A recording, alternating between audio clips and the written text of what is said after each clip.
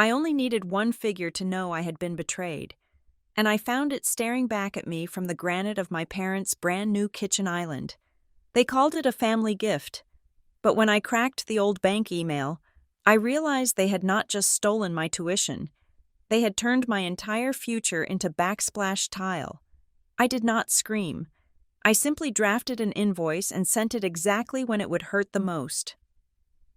My name is Sloan Merritt, and I am 33 years old. Living in Savannah, Georgia, usually feels like swimming through warm soup, but that Friday evening, the air felt particularly heavy. I had just finished a 60-hour work week at the firm, staring at compliance spreadsheets until the numbers started to dance behind my eyelids. My bank account balance was hovering in the double digits, waiting for a direct deposit that was still 3 days away.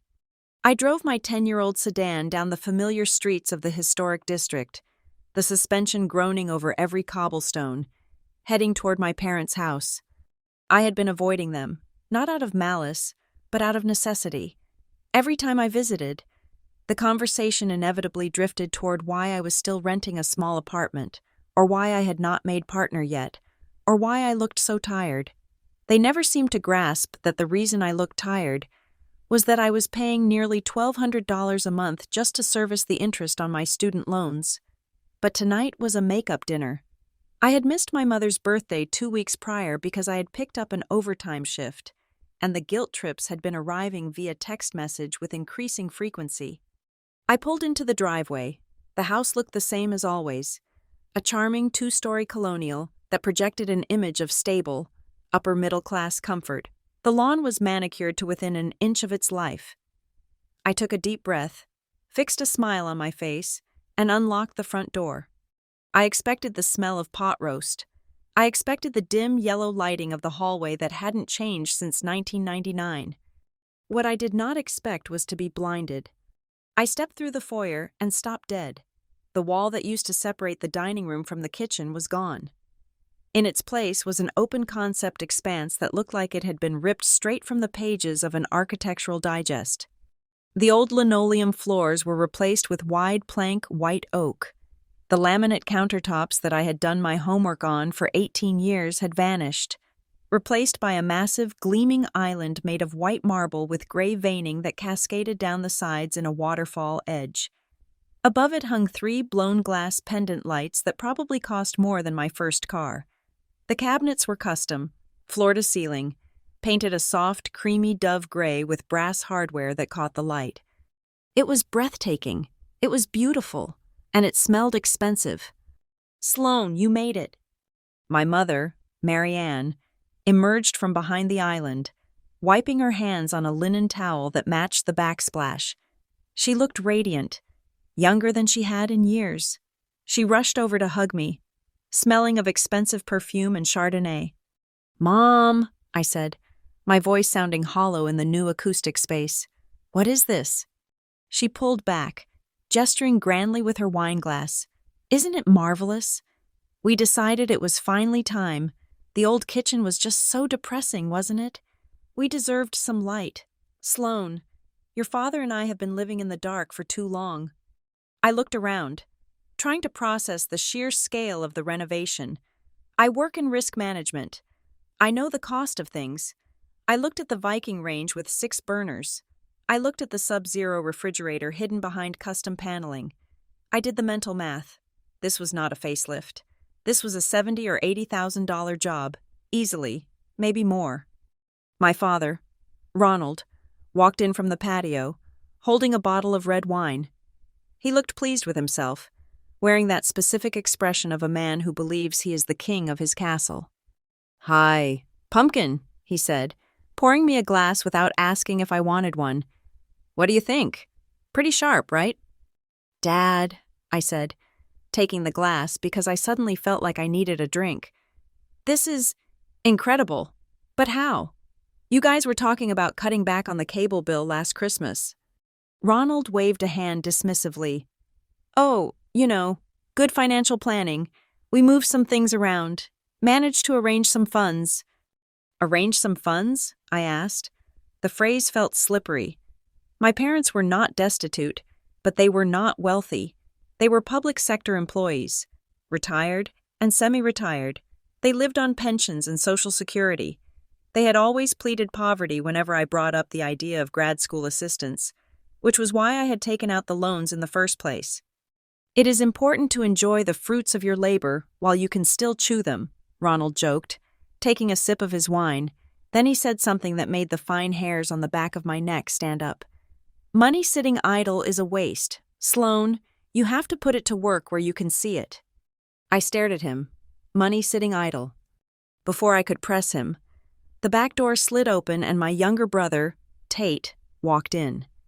Tate was 29, worked as a freelance fitness consultant, which mostly meant he posted workout videos on Instagram, and still brought his laundry home on Sundays.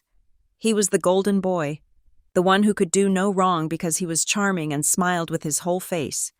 He walked straight to the new refrigerator, opened it, and grabbed a sparkling water.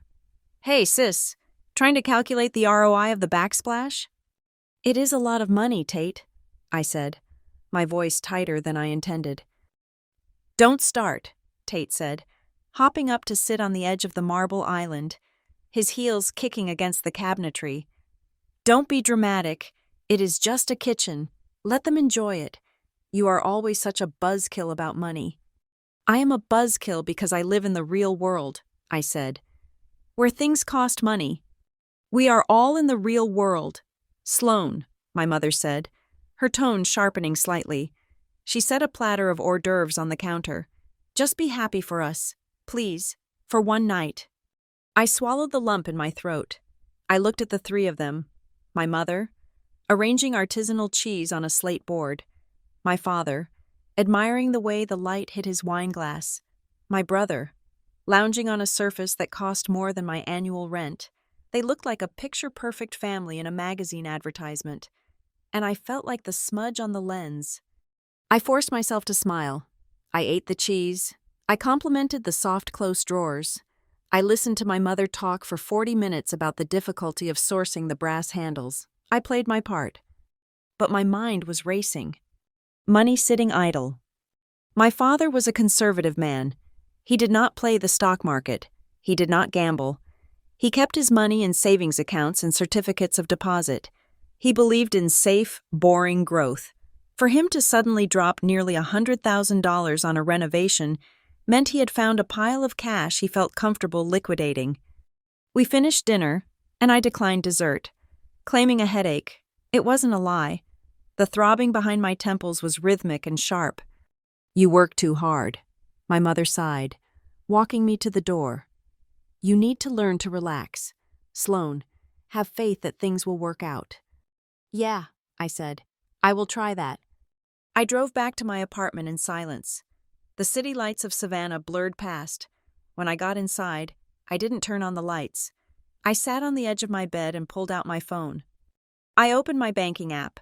The student loan balance stared back at me. $112,456.32. It was a mountain I had been climbing for a decade, and the summit never seemed to get any closer. I paid the minimums, and the interest ate it up. I paid extra when I could, and the principal barely budged. Then, I opened social media.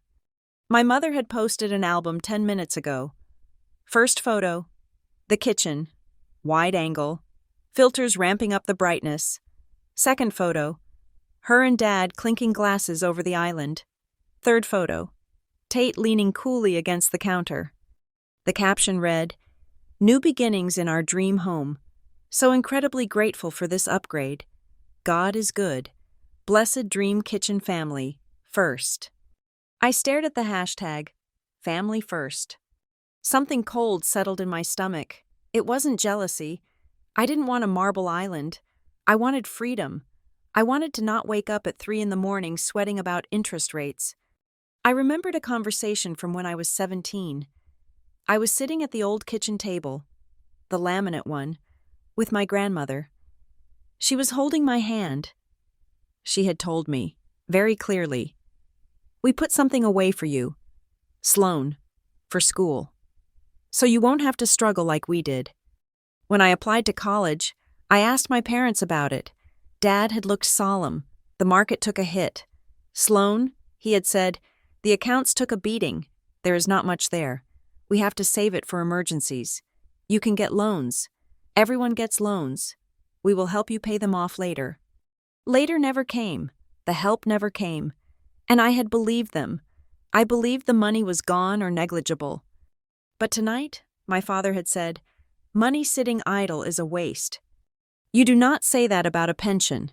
You say that about a specific kind of account, a savings account, a trust, or a 529 plan. I stood up and went to the back of my closet. I dug through the shoeboxes until I found it. My old laptop from college. It was a brick of a machine, covered in faded stickers. I plugged it in and waited 5 agonizing minutes for it to boot up. The fan whirred like a jet engine. The screen flickered to life. I didn't have the login to the bank. I never did. But I had my memory, and I had a suspicion that was growing into a certainty. I opened the browser. I typed 3 characters into the search bar, my fingers trembling slightly. 529. I hit enter. I needed to know how these plans worked. I needed to know the rules. Because if my grandparents had set up a 529 plan for me, and if the money hadn't been used for college, it was still sitting there, or at least, it should have been. Unless someone decided that a granite countertop was an educational expense, the morning sun hitting my apartment blinds did not bring clarity. It brought a headache that felt like a nail being driven into my left temple. I sat up, my old laptop still humming on the duvet cover where I had passed out. The screen had gone black, but the search history was burned into my retinas. Section 529. Qualified tuition plans. I needed to hear a voice that wasn't my own anxious internal monologue. I needed facts. I remembered my grandfather clearly. He was a man of few words, a carpenter who smelled of sawdust and peppermint. When I was 12, he sat me down on the porch swing and handed me a savings bond, just a small one. But then he looked me in the eye and said that the big money, the real money, was in a college fund. He said he and Grandma had put $50,000 into it the day I was born. He told me that with compound interest. By the time I was 18, I could go anywhere. My parents had told me the market crash of 2008 wiped it out. They said it with such solemn faces that I never questioned it. I was a kid. I trusted them. I picked up my phone and dialed the customer service number for the State Investment Plan Administrator. It was a long shot. I did not have an account number. I only had my social security number and my name. The hold music was a tinny, synthesized jazz loop that played for 45 minutes. I used the time to make coffee that tasted like battery acid. Finally, a human voice came on the line. "Thank you for holding. My name is Brenda. How can I help you?" "Hi, Brenda," I said, putting on my best professional voice, the one I used to de-escalate angry clients at the firm. "My name is Sloan Merritt. I am trying to access information regarding a 529 plan that was established for my benefit. I believe my parents are the account holders, but I am the beneficiary." There was a clicking of keys on the other end. "Okay, Ms. Merritt, let me look you up by your social. One moment." Silence stretched. My heart hammered against my ribs. "Okay," Brenda said, her voice shifting. It became clipped, guarded. "I see a profile here linked to your social security number. However, you are listed strictly as the beneficiary, not the account owner or a successor owner. I cannot provide you with balance information or transaction history without the owner's authorization." "I understand protocol," I said, keeping my voice steady. "But I need to know if the account is even active. My parents told me it was closed years ago due to market losses. I'm just trying to verify if it exists." "I cannot confirm balances," Brenda repeated. Then she paused. I could hear her breathing on the line. Maybe she heard the desperation I was trying to hide. Maybe she was just tired. "However, Ms. Merritt, I can tell you that the account status is active. It was not closed in 2008. The air left my lungs. It is active?" "Yes." Is there anything in it?" I pushed. "I cannot give you a number." "Can you tell me when it was last accessed?" "I am sorry, I can't." "Please," I cut in. I am staring at 6 figures of student debt. Brenda, if that money exists, I need to know why I am paying for a degree I already earned. There was a long silence. Then, Brenda lowered her voice. I can tell you that there has been significant distribution activity over the last 18 months. The account is currently in a disbursement phase. 18 months? I thanked her and hung up. I sat there, staring at the blank wall of my kitchen. 18 months ago was exactly when my parents started talking about how the house felt tired. It was when my mother started bringing home samples of quartz and granite, just to look. I needed paper. Banks and digital records were one thing, but my father was a boomer who did not trust the cloud. He trusted filing cabinets. He trusted physical copies. If there was a paper trail, it was in the garage. I drove over to their house an hour later. I knew their schedule. Saturday mornings.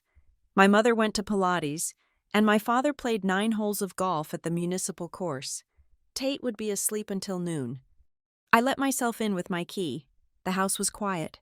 The new kitchen gleamed in the daylight, the marble cold and indifferent.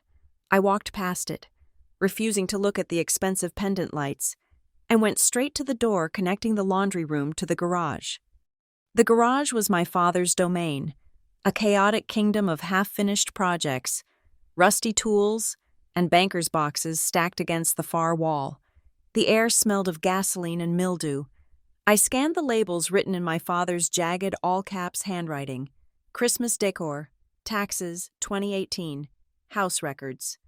I started pulling boxes down. Dust motes danced in the shaft of light coming from the single dirty window. I found a box labeled Taxes 2022, MySC Financial. I sat cross-legged on the concrete floor and ripped the lid off. It was a mess inside. Receipts from Home Depot, invoices for car repairs, medical bills. My father filed by, throwing things into a pile and hoping for the best. I sifted through the layers of paper, my hands getting gritty with dust. Then I saw it, a folder made of blue cardstock, tucked between a lawn care invoice and a receipt for a new set of golf clubs. I opened it. The first page was a photocopy of a form. Request for distribution. The logo at the top matched the investment firm I had called. The date was 14 months ago. The amount requested was $12,000. I flipped the page. Another request. Dated 2 months later. $8,000. I flipped again. $15,000. My hands were shaking so hard I could barely turn the pages. The total was adding up fast. It was bleeding the account dry. But the real shock was on the signature line of the authorization form. It required the beneficiary's signature for a distribution if the funds were not going directly to an educational institution. There, on the dotted line, was my name, Sloane Elizabeth Merritt. I stared at it. It looked like my signature. It had the loop on the S and the sharp cross on the double T. To a stranger, it would pass. But I knew my hand. I knew the way I rushed the end of my name. This signature was too careful. The ink flow was hesitant, like someone was drawing the letters rather than writing them.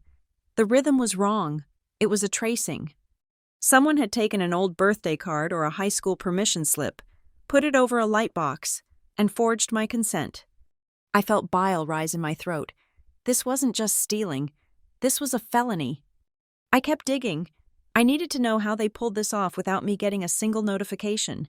The investment firm would have sent confirmation emails. They would have sent tax forms. I found a stapled packet at the bottom of the folder. It was a printout of an email chain between my father and a representative at the bank. Subject: Account Update, Beneficiary Contact Info Change. The email from the bank read, Dear Mr. Merritt, per your request, we have updated the contact email for the beneficiary, Sloane Merritt, to the address provided below. All future electronic statements and authorization codes will be sent there. I looked at the email address they had swapped in. It wasn't my email. It wasn't even a clever variation of my email. It was Sloane Merritt, trust@gmail.com. I had never created that account. My father had created a dummy email account in my name, impersonated me, forged my signature, and redirected all the alerts so he could drain the fund without me hearing a whisper. I sat back against the cold tire of my mother's SUV, gasping for air. The betrayal was so physical, it felt like I had been punched in the stomach. They didn't just take the money. They planned this. They sat down, discussed the logistics of how to commit identity theft against their own daughter, and executed it over the course of a year and a half. And for what? I looked up at the door leading back into the house. For a waterfall island, for soft close cabinets, for the appearance of wealth. I did not scream. I did not run upstairs and wake Tate up to scream at him. I did not wait for my parents to come home so I could throw the papers in their faces. That is what a daughter would do. I was not a daughter anymore. I was a risk assessment officer, and I had just discovered a massive liability. I took my phone out. I did not use the flash. I photographed every single document in the folder. I took close-ups of the forged signatures. I took photos of the email change confirmation. I photographed the distribution dates and matched them mentally to the timeline of the renovation. 12,000 withdrawn in March. The contractor broke ground in April. 15,000 withdrawn in June. The cabinets arrived in July. It was a perfect mirror. My education had been liquidated and turned into home equity that I would never see. I put everything back exactly as I found it. I stacked the receipts back in their chaotic order. I closed the box. I put it back on the shelf, ensuring the dust outline matched where it had been sitting. I wiped my hands on my jeans and walked back into the house. The kitchen was silent. Now, it didn't look beautiful to me. It looked like a crime scene. I walked over to the corner where a stack of flattened cardboard boxes from the renovation was still waiting to be taken out to the recycling bin.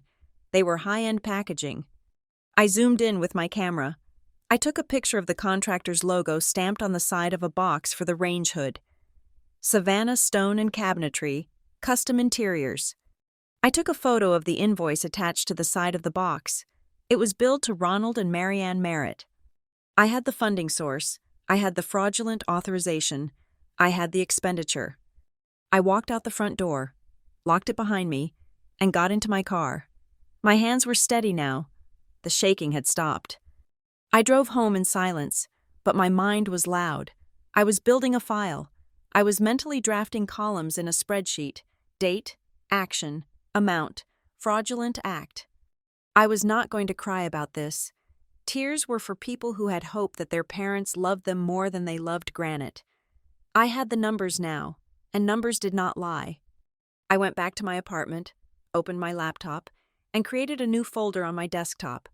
I named it Case File, Kitchen Invoice. Then I sat down to calculate exactly how much my future was worth, down to the last stolen cent. Sunday morning arrived with a deceptive brightness.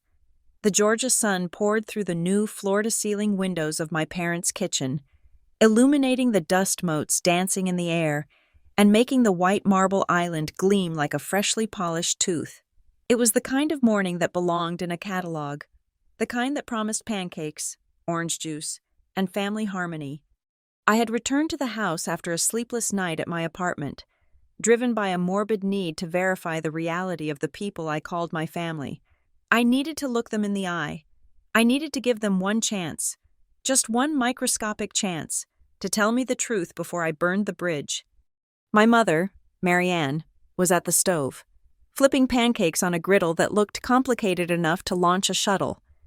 She was humming. It was a happy, light sound that grated against the raw nerves in my head. My father, Ronald, was seated at the head of the island, reading the local paper and sipping coffee from a mug that said, "World's Greatest Dad." My brother, Tate, was already digging into a stack of bacon, scrolling through his phone with the idle contentment of someone who has never had to calculate the interest on a grocery bill. I took a seat on one of the new velvet-upholstered bar stools.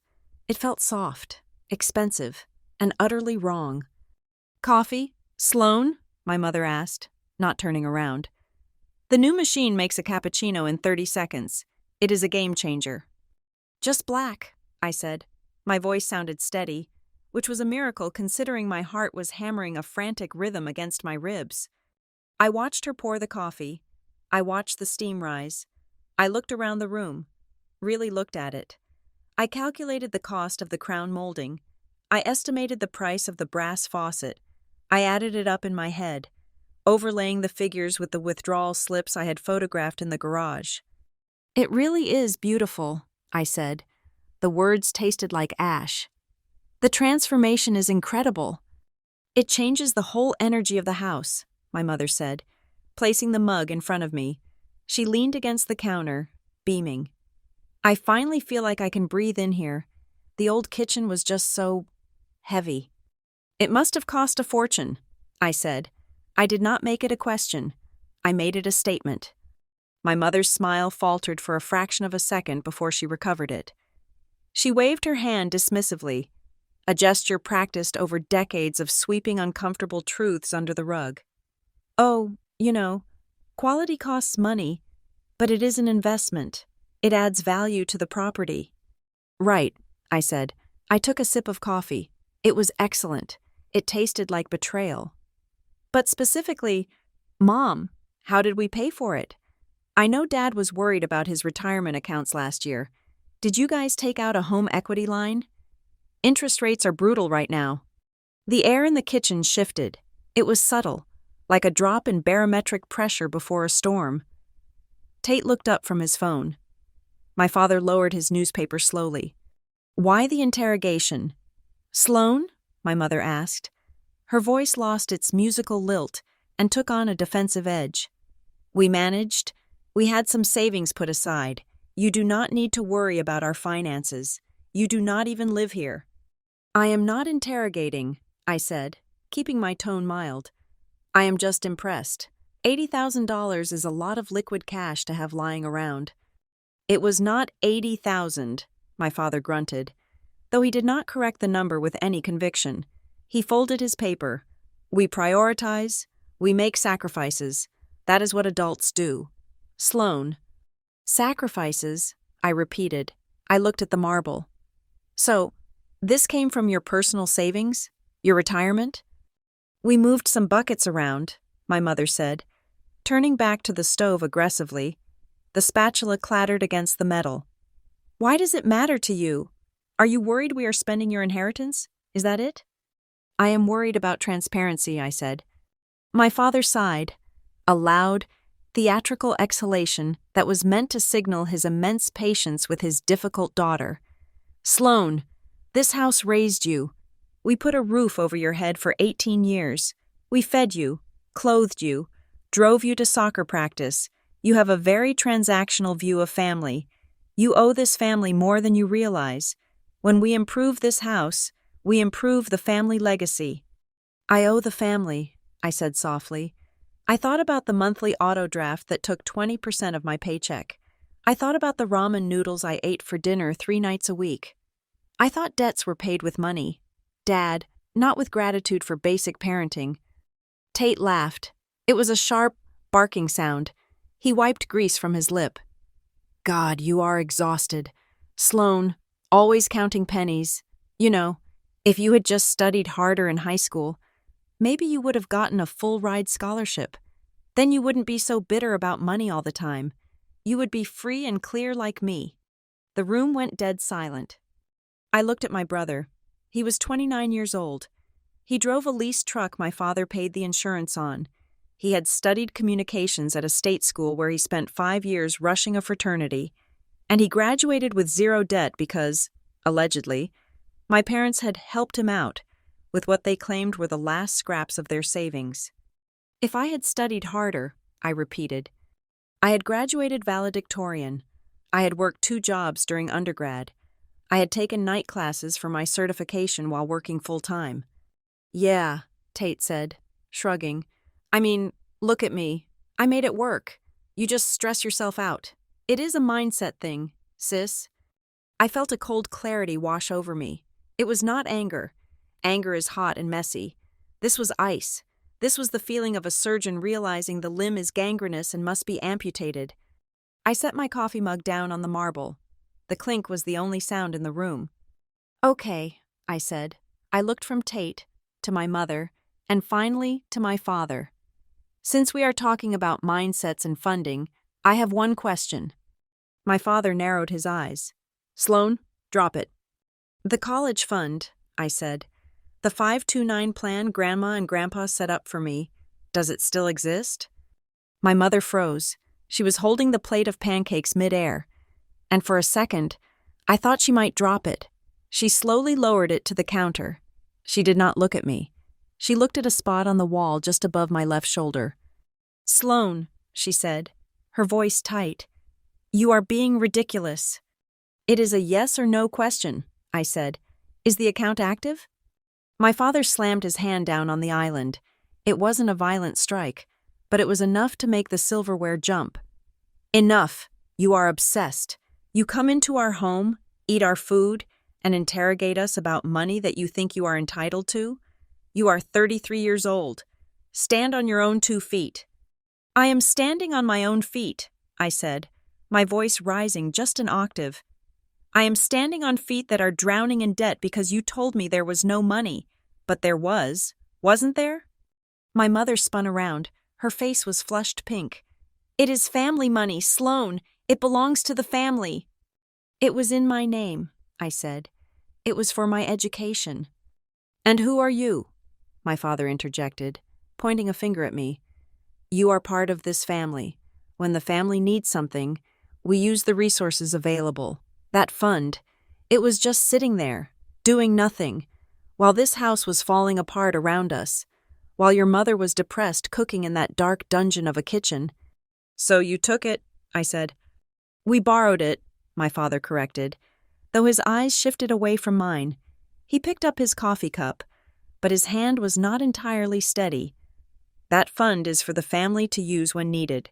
We had expenses. Tate needed help with his car. The roof needed repairs. We decided to utilize the liquidity." "Utilize the liquidity," I echoed. It sounded like something he had read in a brochure. "And the $12,000 for the contractor? The $15,000 for the cabinets?" "We will put it back," my father said. He said it with the casual confidence of a man who has never paid back a personal loan in his life. "Once the market turns, once things settle down, we will make it right. Later." "Later," I said. "Yes, later," my mother chimed in, latching onto the excuse like a life raft. "You are making such a big deal out of nothing. It is just numbers on a screen. Sloan, we are your parents. We would never hurt you. We are just managing the cash flow. You will get your share eventually. When we pass on, this house will be worth so much more because of this kitchen. It is for you, really. It is all for you." The lie hung in the air, glittering and grotesque. It is for you. They had stolen my past to renovate their present, and now they were trying to sell me my own future inheritance as reimbursement. They had forged my signature. They had redirected my mail. They had looked me in the face for 18 months while I skipped meals to pay loans. And they had slept soundly in a house renovated with my salvation. Tate was looking back and forth between us, looking slightly bored, as if this were a rerun of a show he didn't like. "Can we just eat? The pancakes are getting cold." I looked at the pancakes. I looked at the marble. I looked at the people who had raised me. I stood up. "I am not hungry," I said. "Sloan, sit down," my father commanded. It was the voice he used when I was 10. "Do not walk away from this table." "I have to go," I said. I grabbed my purse. "If you walk out that door," my mother cried out, her voice pitching up into a wail of victimhood, "do not expect us to come running after you. You are breaking this family apart over money, over a stupid kitchen." I didn't answer. I couldn't answer. If I opened my mouth, I would scream.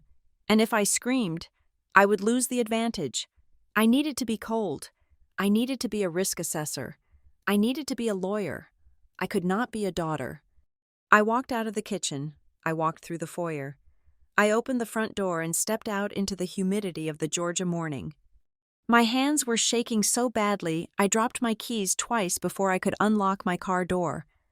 My breath was coming in short, ragged gasps. I sat in the driver's seat, gripping the steering wheel until my knuckles turned white. I looked back at the house. Through the big new window, I could see them. My mother was eating a pancake. My father was reading the paper again. They had already moved on. They thought this was just another tantrum. They thought I would cool off, come back next week, and apologize for being difficult. They thought later was a valid payment plan. I stared at the house until the shaking stopped. Slowly, the panic receded, replaced by a numbness that felt like armor plating sliding into place. They wanted to treat family like a business? Fine. I put the car in reverse. I didn't look back. I had a timeline to build. I had interest rates to calculate, and I had a very specific invoice to draft. The war had started, and they didn't even know they were on the battlefield.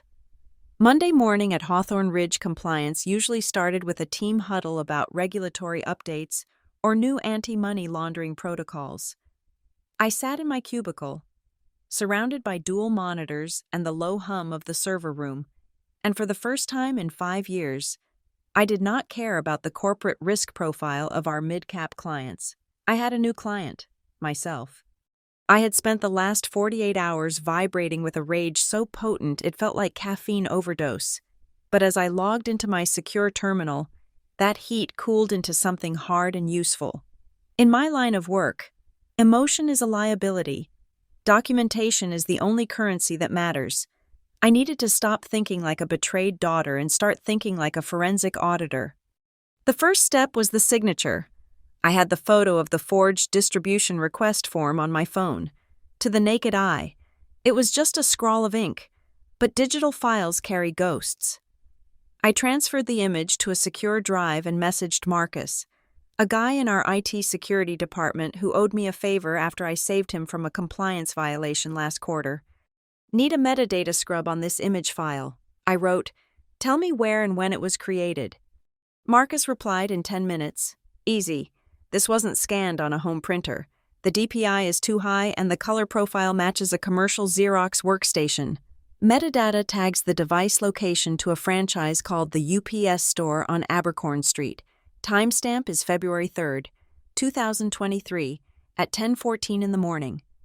I stared at the screen. The UPS store on Abercorn was exactly 1.2 miles from my parents' house. This wasn't a spur-of-the-moment decision.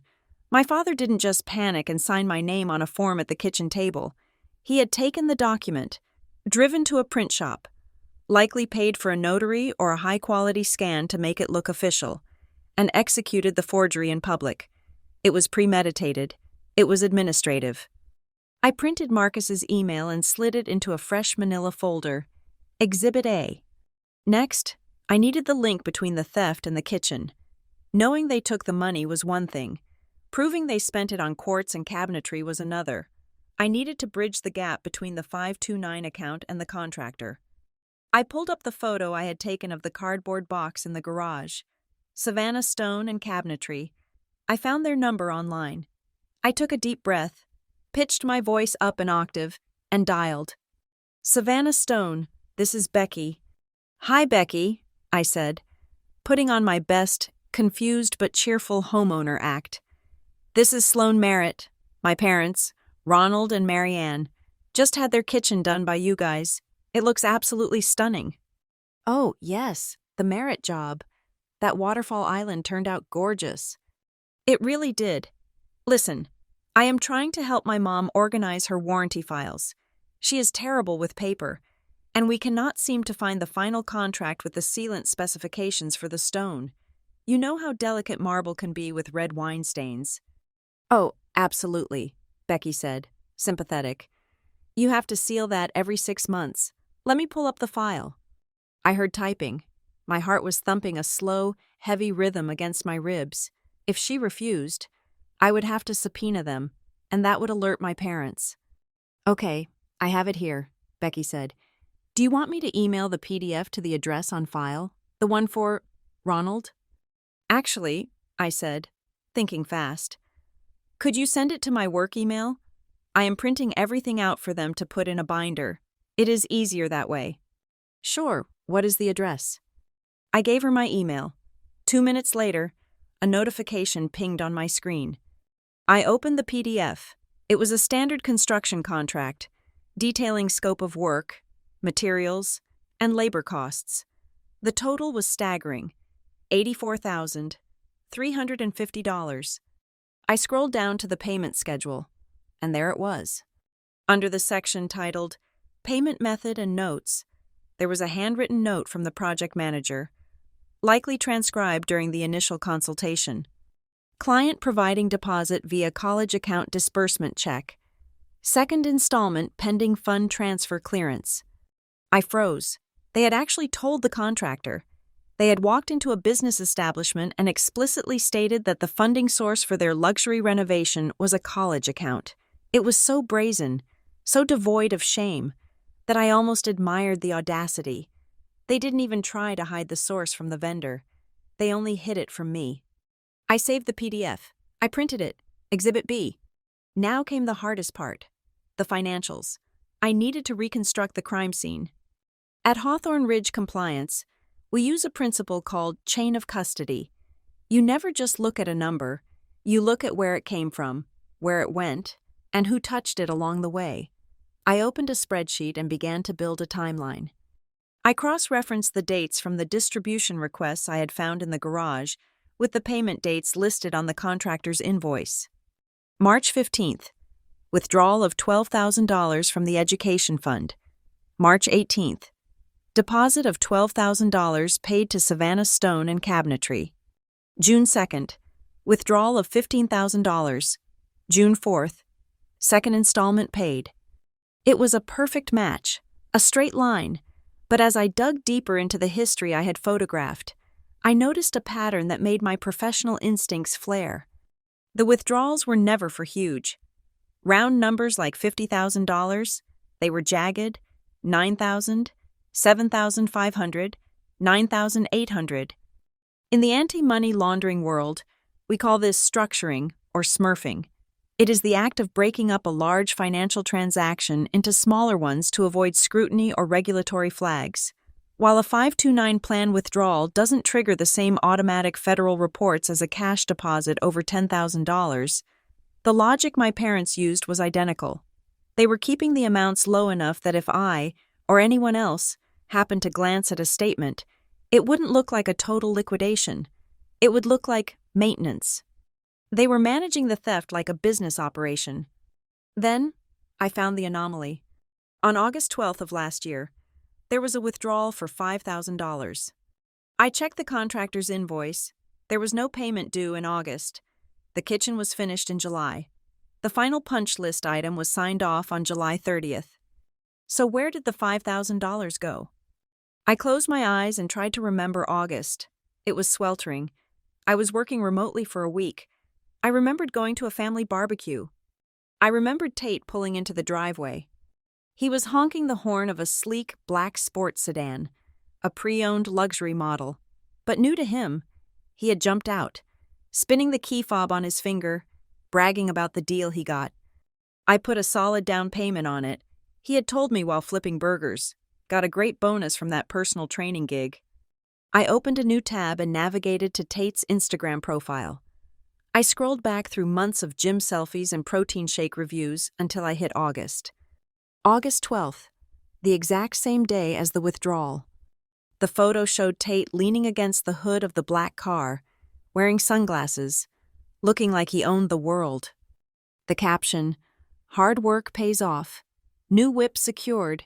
Big things coming. Grind set new car." I felt a cold smile touch my lips. It wasn't a bonus. My parents had peeled off $5,000 of my education fund, money meant for textbooks and tuition, and handed it to my brother so he could put a down payment on a car he didn't need. They had literally driven my degree off the lot. I took a screenshot of the post. I cropped it to include the date. I printed it. Exhibit C. I looked at the pile of papers on my desk. It was no longer a suspicion. It was a dossier. I had intent. I had the mechanism of fraud. I had the direct flow of funds. And I had the misappropriation of assets for non-educational purposes. If this were a case at work, I would be flagging it for the legal department and drafting a suspicious activity report. But this wasn't work. This was personal. And I didn't want to just report it. I wanted to leverage it. I opened my email client and drafted a message to the state's 529 plan administrator, requesting a formal audit of the account based on suspected unauthorized access, attaching the metadata of the forged signature as preliminary proof. I did not send it yet. I saved it to drafts. That was my nuclear button. Then, I opened a new folder on my desktop. I didn't name it Mom and Dad. I didn't name it theft. I named it exactly what it was. Kitchen Invoice. I dragged every file into it. The metadata report, the contractor's contract with the damning note, the spreadsheet of matching dates, the screenshot of Tate's car. I leaned back in my ergonomic chair. My colleagues around me were typing away, planning lunch, complaining about the air conditioning. They had no idea that in the last 2 hours, I had essentially prepared an indictment against my own blood. I picked up my phone. A text from my mother popped up, sent 30 minutes ago. Are you coming for Sunday dinner this week? Dad is making ribs. Let's move past the drama. I looked at the message. Move past the drama. They thought this was an emotional squabble. They thought I was hurt. They didn't realize that I wasn't hurt anymore. I was accounting. I didn't reply. I turned my phone face down. I had work to do. The invoice was not complete yet. I needed to calculate the interest. I needed to calculate the penalties. And I needed to make sure that when I finally handed them the bill, they wouldn't be able to afford to ignore it. Strategy is not about being the loudest person in the room. In my line of work, I have learned that the most dangerous person at the table is the one who is willing to lose the battle to win the war. I had the evidence. I had the numbers. I had the timeline. But I needed one last thing to seal the coffin airtight. I needed a confession, spoken freely and without coercion, recorded for posterity. I did not file a police report on Tuesday. I did not storm the bank on Wednesday. Instead, I waited until Thursday afternoon, and I sent a text message to the family group chat.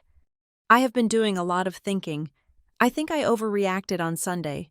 I am tired of fighting. Can we do dinner tonight? My treat. I just want to clear the air. The response was immediate. That sounds wonderful.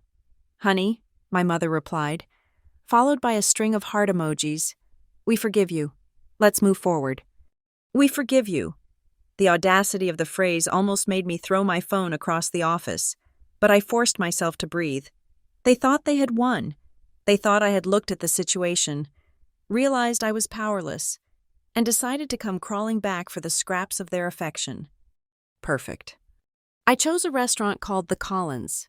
It was upscale, quiet, and had high-backed booths that offered privacy.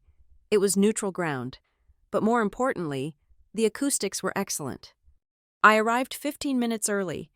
I wore a soft pastel blouse and kept my hair loose, softening my usual severe corporate look. I wanted to look vulnerable. I wanted to look like the daughter who needed her parents. Before I got out of the car, I took my phone and opened the voice recorder app. I tested the levels. Then, I slid it into the front breast pocket of my blazer, the microphone facing outward, obscured only by a thin layer of silk. I tapped the red record button. The timer started counting up, 0001. I walked inside and waited. They arrived 10 minutes late, bringing a gust of expensive perfume and self-satisfaction with them. My mother hugged me tight, a little too tight, performing the role of the benevolent matriarch for the hostess.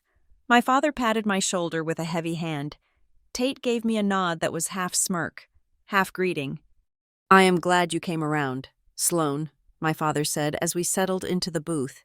He picked up the wine list immediately. It takes a big person to admit when they are wrong. I know, I said, keeping my voice low and meek. I was just stressed. The work hours, the loans. It all just got to me. I shouldn't have taken it out on you guys. We understand, my mother said, reaching across the table to pat my hand. Her rings clinked against the glass water bottle. You have always been high-strung. We just want you to be happy. My father ordered a bottle of Cabernet that cost $80. I didn't flinch. I let him order it. I wanted them comfortable. I wanted the wine to loosen their tongues. For the first hour, we talked about nothing. The weather, Tate's new gym routine, my mother's book club. I nodded and smiled, playing the part of the dutiful listener. I watched the timer on my phone in my mind. visualizing the digital tape rolling, capturing every clink of silverware, every laugh. When the entrees were cleared and the second bottle of wine was opened, I made my move. "I was thinking about what you said, Dad," I said, tracing the rim of my water glass. "About the kitchen being an investment, for the family." "It is," he said, leaning back, his face flushed with wine and victory. "Real estate is the only real wealth. Sloan, that account, it was just sitting there, losing value against inflation. We moved it into a hard asset." "I get that now," I lied. "I guess I just felt hurt because I didn't know. If you had just told me, I wouldn't have been so shocked. I just want to know I can trust you guys. That is all." "Of course you can trust us," my mother said, offended. "We did it for you. Who do you think gets this house when we are gone? You and Tate. That kitchen is going to add 50 grand to the resale value. You will thank us later." I leaned in slightly, ensuring the microphone caught her frequency clearly. "So, you viewed the withdrawal as a reinvestment, even though the paperwork said it was for education?" "Paperwork is just red tape." My father scoffed. He waved a hand. "You have to be creative. Sloan, the system is designed to keep money stagnant. We liberated it. We had to sign a few things to get it done." "Sure. But the intent was pure. We were fixing the family asset." "And the signature?" I asked, keeping my tone innocent, like a child asking how a magic trick works. I was confused because I saw my name on the forms. Tate laughed, swirling his wine. "Dad has been signing your name on permission slips since you were 6. Sloan, it is not a big deal. He has power of attorney over the household." "Not legal power of attorney," I corrected gently, "but implied?" "Exactly," my father said. "I am your father. I do not need a piece of paper to tell me I can manage my family's finances. We did what had to be done. We moved the money. We fixed the house. And we helped Tate get set up. It is all one pot. Sloan, one family pot." "And the car?" I looked at Tate. "The $5,000 for the down payment?" "Transportation is an essential expense," my mother interjected quickly. "Tate needed a reliable vehicle for his career. It is all connected. You are too rigid. Honey, you see the world in black and white lines. You need to see the gray." I had it. I had the admission of the act. I had the admission of the forgery. I had the admission of the misappropriation of funds for non-educational assets. And I had the admission that they knew exactly what they were doing. But I needed to push one step further. I needed to know how far they were willing to go to protect this lie. "I guess," I said, my voice trembling slightly. "But legally, Dad, it is fraud. If the bank found out, or if I had actually gone to a lawyer—" The air at the table changed instantly. The warmth evaporated. My father set his wine glass down hard.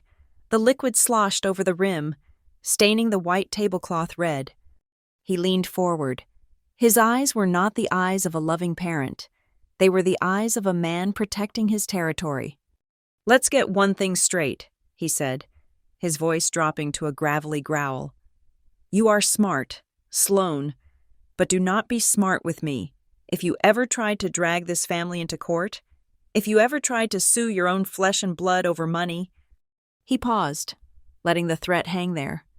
"What?" I whispered. "If you sue," he said, enunciating every word, "you will no longer be my daughter. You will be dead to us. I will write you out of the will. I will burn every photo of you, and you will never step foot in that house again. Do you understand me?" I looked at my mother. She didn't look away. She nodded in agreement. "We are family. Sloan," she said coldly. "Family protects family. We do not sue each other." My heart was racing, not from fear, but from adrenaline. He had just handed me the moral license I didn't know I needed. He wasn't protecting the family. He was holding my relationship with them hostage to cover his crime. I let my shoulders slump. I let my lower lip tremble. I summoned every ounce of exhaustion I had felt over the last 10 years. I understand," I stammered.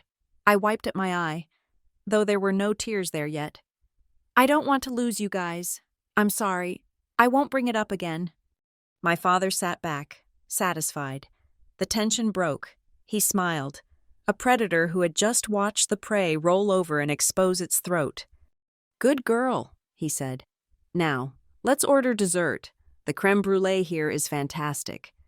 I sat through dessert. I watched them eat. I watched Tate text on his phone, likely bragging about the free meal. I watched my parents toast to reconciliation. When the check came, I paid it. $240. It was the cheapest investment in evidence I had ever made. "Get home safe," my mother said outside, kissing my cheek. "Don't be a stranger." "I won't," I said. I got into my car. I locked the doors. I waited until their taillights disappeared around the corner. Then, I pulled the phone out of my pocket. I stopped the recording. Duration: 1 hour, 42 minutes. I played back the last 5 minutes. My father's voice filled the quiet of my car. "If you sue, you will no longer be my daughter." "I accept your terms," I said to the empty car. I didn't go home. I went straight to the 24-hour post office near the airport. I had 2 envelopes in my passenger seat, already stamped and addressed. I had prepared them before dinner, just in case. The first was a formal request for records, addressed to the fraud department of the investment bank, accompanied by a notarized affidavit stating that I had never authorized the distribution of funds. The second was a letter to the state's 529 Plan Oversight Committee, flagging the account for suspicious activity and requesting a freeze on any remaining assets. I walked up to the drop box. The metal door clanged shut with a finality that felt better than any hug my mother had ever given me. I drove back to my apartment, the adrenaline finally fading into a cold, hard resolve. I sat at my kitchen table and opened my laptop. I did not search for family therapists. I searched for Shark Tanks. I sent an email to a man named Arthur Vance. He was a civil litigator known in Savannah for being expensive, aggressive, and entirely lacking in sentimentality. Subject: consultation request. Fraud. Misappropriation of trust assets. Then I sent a second email to a forensic accounting firm my company used for high-level audits. Subject: inquiry regarding personal asset tracing and interest calculation. I looked at the photos of the kitchen one last time, the beautiful marble, the gleaming brass.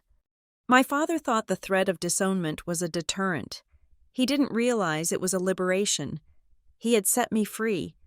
And now, I was going to use that freedom to dismantle his little kingdom, brick by expensive brick. I closed my laptop. I didn't want them in prison first. That was too easy. Prison was public, but it was abstract. I wanted something more visceral. I wanted them to sit at that marble island, look at the numbers, and realize they had mortgaged their daughter's love for a renovation they couldn't afford. I wanted them to sign their own defeat. The fallout from the dinner at the Collins did not take long to materialize. My parents were not the type to wait for the other shoe to drop. They preferred to set the shoe on fire and throw it at me first. They knew, on some instinctual level, that my capitulation at the restaurant had been too clean, too easy. So, they launched a preemptive strike. The bombardment began on a Tuesday, right in the middle of a quarterly risk assessment meeting. My phone, which I had left face up on the conference table, lit up, then it lit up again, and again, a steady stream of notifications that turned the silent screen into a strobe light. I slid the phone into my lap and glanced at the preview. "Aunt Linda, your mother just called me in tears. I cannot believe you would treat them this way after everything they have done for you. Cousin Mike, hey Sloan, heard you are stressing the fam out over money. Not cool. Let them live. Uncle Bob, you need to apologize. Your father is blood pressure medication. For Christ's sake, do not be a brat." I stared at the messages. They were efficient. My parents had deployed the missing reason strategy perfectly. They had not told the extended family. We forged Sloane's signature and liquidated her college fund to buy Italian marble. They had told them. Sloane is being difficult. Sloane is jealous of our happiness. And Sloane is greedy. They had painted a portrait of an ungrateful daughter demanding an inheritance before the parents were even in the grave. I did not reply. I simply archived the messages. Every text was just another data point confirming that I was making the right decision. But Tate was not content with private harassment. He needed an audience. That evening, I was sitting on my couch with a glass of cheap wine, organizing my digital evidence folder, when a notification from Instagram popped up. Tate had tagged me. I opened the app. It was a photo of the new kitchen, taken from a low angle to accentuate the grandeur of the island. Tate was sitting on the counter, holding a protein shake, flexing his bicep. But it wasn't the photo that made my blood run cold. It was the caption and the tags. Blocking out the toxicity and focusing on the blessings. Some people are so miserable they can't stand to see their own family shine. Sad. New kitchen grind haters gonna hate family over everything. He hadn't just tagged me. He had tagged my best friend from college. He had tagged my ex-boyfriend. He had tagged a colleague from my firm who he had met once at a Christmas party. He was trying to socially isolate me. He was trying to shame me into silence by broadcasting my toxicity to the people who mattered to me. I felt a flash of heat in my chest, the old urge to defend myself, to comment, to scream the truth in the replies. They stole from me. I forced my hand away from the screen. No, that was what they wanted. They wanted a public fight. They wanted me to look crazy so they could look like the long-suffering saints. I took a screenshot of the post. I took a screenshot of the list of people he tagged. I saved it to the folder. This was now evidence of harassment and reputational damage. Then my phone rang. It was a landline number I didn't recognize. Area code 912. I debated ignoring it, assuming it was another flying monkey sent by my mother, but something made me answer. This is Sloan. Sloan, it is Aunt Jean. I stiffened. Jean was my grandfather's younger sister. She was 78, sharp as a tack, and notoriously distant from my father. She lived in a small bungalow on the other side of town and rarely attended the performative family gatherings. Hi, Aunt Jean, I said, guarding my tone. If you are calling to tell me to apologize to Dad, I am going to hang up. I am calling to tell you that you are not crazy, she said. Her voice was raspy, worn down by decades of cigarettes, but clear. Your mother called me, gave me the whole sob story about how you are harassing them over pennies and ruining their retirement joy. It is not pennies, Jean. It is 6 figures. I know, she said.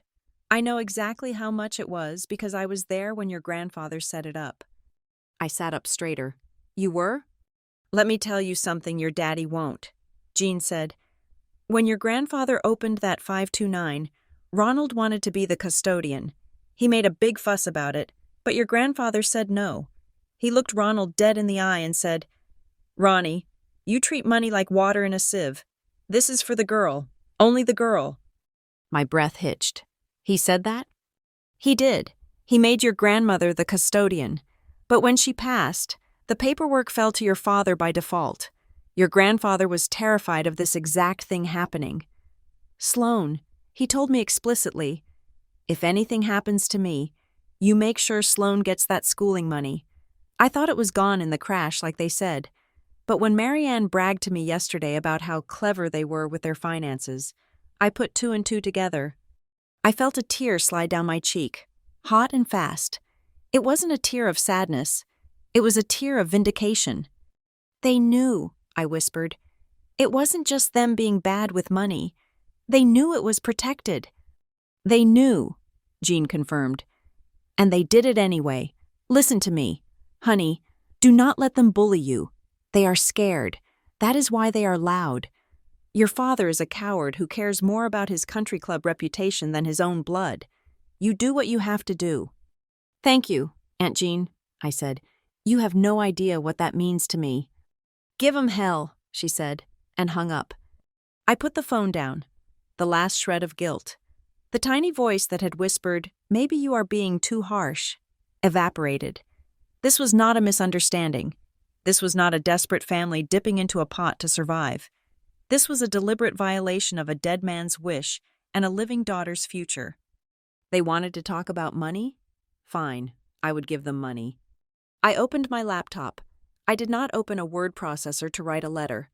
I opened a spreadsheet. I was done being a daughter. I was done being a victim. I was the chief financial officer of my own life, and I was issuing a bill for services rendered. I formatted the document, at the top, in bold, sans serif font, Invoice. Underneath, I typed my address and the date. To Ronald and Marianne Merritt. Re. Unlawful appropriation of trust, assets and associated damages. I began to list the line items. I did not round down. I did not be polite. Item 1. Principal amount misappropriated. I entered the sum of the withdrawals I had tracked from the bank records. $86,450. Item 2. Accrued market interest. I used the standard market return rate for the S&P 500 over the 18 months the money had been missing. If that money had stayed invested, it would have grown. That growth was stolen from me too. $12,320. Item 3. Opportunity cost. Student loan interest differential. Because they stole the money, I was paying 6.8% interest on loans that should have been paid off. I calculated the interest I had paid over the last year and a half. $11,400. Item 4. Credit repair and monitoring fee. For the identity theft and the creation of fraudulent email accounts. $3,500. Item 5. Legal and administrative preparation. My time was billable. I charged them my hourly rate at the firm for the 20 hours I had spent investigating their fraud. $5,000. I looked at the subtotal. It was a staggering number.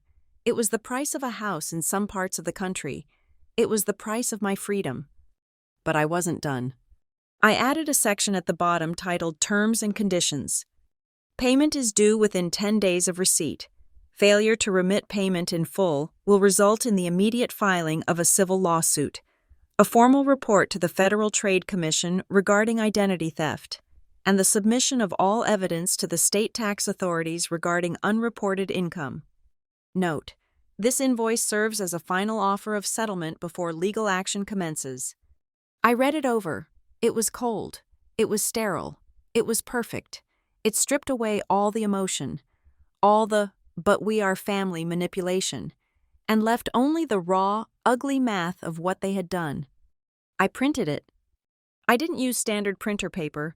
I went to my supply drawer and pulled out the heavy, cream-colored cardstock I used for my resume. I wanted this document to have weight. I wanted them to feel it when they held it. The printer whirred. The page slid out, crisp and authoritative. I signed it at the bottom, not Love Sloan, just Sloan E. Merritt, claimant. I took a pristine white legal envelope. I addressed it in my clearest, most professional handwriting.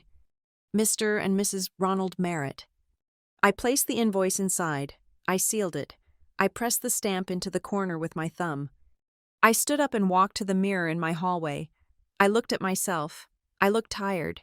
Yes, there were dark circles under my eyes, but there was something else in my expression that hadn't been there a week ago. The fear was gone. The hesitation was gone. I held the envelope up, looking at my reflection, imagining the camera capturing this moment. They think they can talk their way out of this, I said to the silence of my apartment. They think they can guilt me with memories and shame me with social media posts, but you cannot gaslight a spreadsheet. I tapped the envelope against my palm. Tomorrow, I am going to send them the only thing they truly understand: numbers. I placed the envelope on the table by the door, next to my keys. It sat there like a loaded gun. The war of words was over. The war of ledgers had begun. The United States Postal Service calls it P.S. Form 3811, but everyone else knows it as the return receipt. It is a small, green postcard that serves as the ultimate proof of delivery. When that card landed in my mailbox on Wednesday evening, bearing my father's jagged signature scrawled across the recipient line, I felt a surge of satisfaction that no birthday card from them had ever provided. They had received it. They had opened it. They had held the heavy cardstock in their hands and read the title I had centered in bold. Black ink. Invoice for misappropriated education funds. I did not have to wait long for the reaction. I was sitting at my kitchen island, eating a salad and listening to a podcast on forensic accounting, when my phone began to vibrate across the counter. It was my father. I let it ring 3 times. I took a sip of water. I cleared my throat to ensure my voice would be steady. Then, I swiped green and put it on speaker. "This is Sloan. Have you lost your damn mind?" My father's voice was a distortion of rage, so loud that the microphone clipped. I could hear him pacing.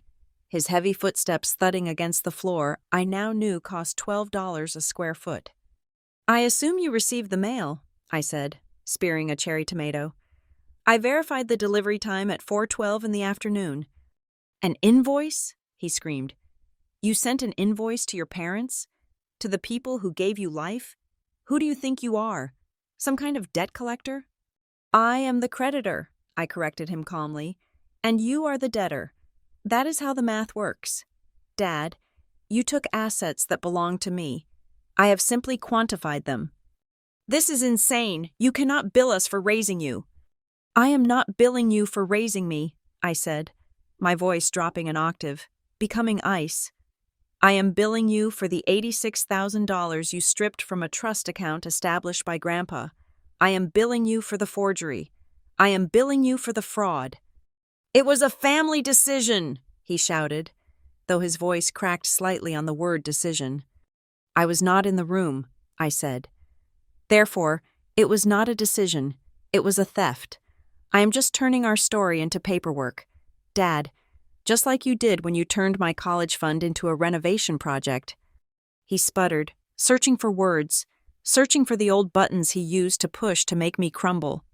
"If you think I am paying this joke of a paper—" "The payment terms are 10 days, I said. "If you do not pay, I file the lawsuit, and I report the identity theft to the authorities. You have my timeline. Goodbye." I hung up. My hand was shaking. But not from fear. It was the adrenaline of a gambler who had just pushed all her chips into the center of the table and knew she held 4 aces. But I was not playing alone. The next morning, I had a meeting with Arthur Vance, the civil litigator I had emailed. His office was in a glass tower downtown, smelling of old leather and expensive cologne. Vance was a man who looked like he had been carved out of granite, with eyes that had seen every variation of human greed. He had my file open on his desk. He tapped a finger on a stack of documents I hadn't seen before. "You did good work, Ms. Merritt," Vance said. "The paper trail is solid. The forgery is demonstrable. But my paralegal found something else this morning when we ran a standard asset check on your parents." "What?" I asked, leaning forward. Vance slid a document toward me. It was a loan application from a local credit union, dated 18 months ago. "Your parents applied for a home improvement loan," Vance explained. "A line of credit to cover the renovation costs. Banks usually require proof of liquid assets to approve these kinds of unsecured loans." I looked at the assets column on the application. There, listed right under their checking account, was the 529 plan. Balance, $92,000. "They listed the education fund as their own asset," Vance said, his voice dry. "They used the existence of your money to bolster their creditworthiness to get approved for a loan. They told the bank they had this money as a safety net." My stomach turned. "So they used it twice?" "Essentially," Vance nodded. "They used it as collateral to get the loan, and then they drained the actual cash to pay for what the loan didn't cover. This changes things. Sloan, this isn't just a family dispute anymore. This is bank fraud. They made a material misrepresentation to a federally insured financial institution." I stared at the paper. "They lied to the bank." "And banks," Vance said with a grim smile, "have zero sense of humor about that." This was the leverage I hadn't even known I needed. It was one thing to steal from a daughter. Society sometimes looks the other way at family matters. It was entirely another thing to lie to a bank. "File the dispute," I told Vance. "Draft the formal demand letter, and I want you to send a copy of the evidence to the contractor." Vance raised an eyebrow. The contractor? Why? Because, I said, standing up, I want them to know exactly where their payment came from, and I want to know what they knew. I left Vance's office and went straight to work, but I took a detour to send an email to Savannah Stone in Cabinetry. I didn't pretend to be a confused daughter this time. I wrote as the plaintiff. To the management of Savannah Stone and Cabinetry. Be advised that payments made to your firm totaling $84,000 between March and July of last year were derived from misappropriated trust funds. We are currently preparing to file a motion to recover these assets. As part of our discovery process, we are requesting all communications between your sales team and the clients, Ronald and Marianne Merritt, specifically regarding payment structures. I hit send. Businesses operate on fear of lawsuits, fear of bad press, fear of having to pay back money they have already spent. The response came in less than 2 hours. It wasn't from Becky the receptionist, it was from the owner of the company. Ms. Merritt, we are shocked by these allegations. We operate with full transparency. In the interest of clearing our name and assisting your investigation, attached are the email threads you requested. We were under the impression these requests were for tax purposes. I opened the attachment. It was a chain of emails between my mother and the project manager. My eyes scanned the text, and then they widened. Date, April 10th. From Marianne Merritt. Hi. Regarding the deposit, can we split the $12,000 charge into 2 separate charges of $6,000? We are moving funds around and want to avoid triggering any hold times with the bank. Also, please do not mail any physical invoices to the house. Email only. Date, June 3rd. From Marianne Merritt. For the next installment, let's do 3 payments of $5,000 over 3 days. Just easier for us to manage on our end. Thanks for being flexible. I let out a breath I didn't know I was holding. Easier to manage, I whispered to the empty break room. She wasn't avoiding bank holds. She was structuring the payments to stay under the radar. She was actively recruiting the contractor into her scheme of concealment. She knew exactly what she was doing. She wasn't a confused old lady. She was an accomplice. I forwarded the emails to Vance with a single subject line. Nail in the coffin. By Friday afternoon, the atmosphere had shifted. My parents were no longer on the offensive. The wall of silence they had tried to build was crumbling under the weight of legal notices. My mother called me at 5:30. I answered. She wasn't crying this time. She sounded exhausted, her voice thin and trembling. Sloan, she said, we got a letter from a lawyer today. Mr. Vance. I know, I said. I hired him. He says you are accusing us of fraud. He says you are going to report us to the bank. I am accusing you of what you did, Mom. Please, she whispered. Please don't do this. Your father, his heart isn't good. If the bank finds out we lied on that application, they could call the loan. We could lose the house. Is that what you want? You want to put your parents on the street? You put yourselves on the street when you spent my safety net on a backsplash, I said. You risked the house the moment you signed that application with a lie. We can pay you back, she said, the desperation rising. We just need time. We can take out a second mortgage. We can sell the boat. Just stop the lawyer. Please, give us a chance to fix it. I stayed silent. I let her sit in the discomfort. And one more thing, she added, her voice dropping to a conspiratorial whisper. You have to promise not to tell anyone else, not Aunt Jean, not the cousins. This stays between us. If this gets out, your father will never show his face at the club again. Promise me, Sloan. I almost laughed. Even now, facing financial ruin, their biggest fear wasn't poverty. It was embarrassment. They didn't care about the morality. They cared about the optics. You want time? I asked. Yes. Just 30 days. Give us 30 days to liquidate some things and arrange a payment plan. Please. I looked at the calendar on my wall. 30 days would bring us to mid-April. I thought about the interest compounding. I thought about the stress eating them alive every time the phone rang. I thought about the lawyer, Vance, who was currently drafting a subpoena for the bank records that would expose their credit application fraud regardless of what I did. Fine, I said. I will give you 30 days. But if I don't see the first installment of $25,000 by the 30th day, I release the file to the authorities, all of it. Mike. Thank you, she sobbed. Thank you, Sloan. You won't regret this. I know I won't, I said. I hung up. I walked over to my window and looked out at the city.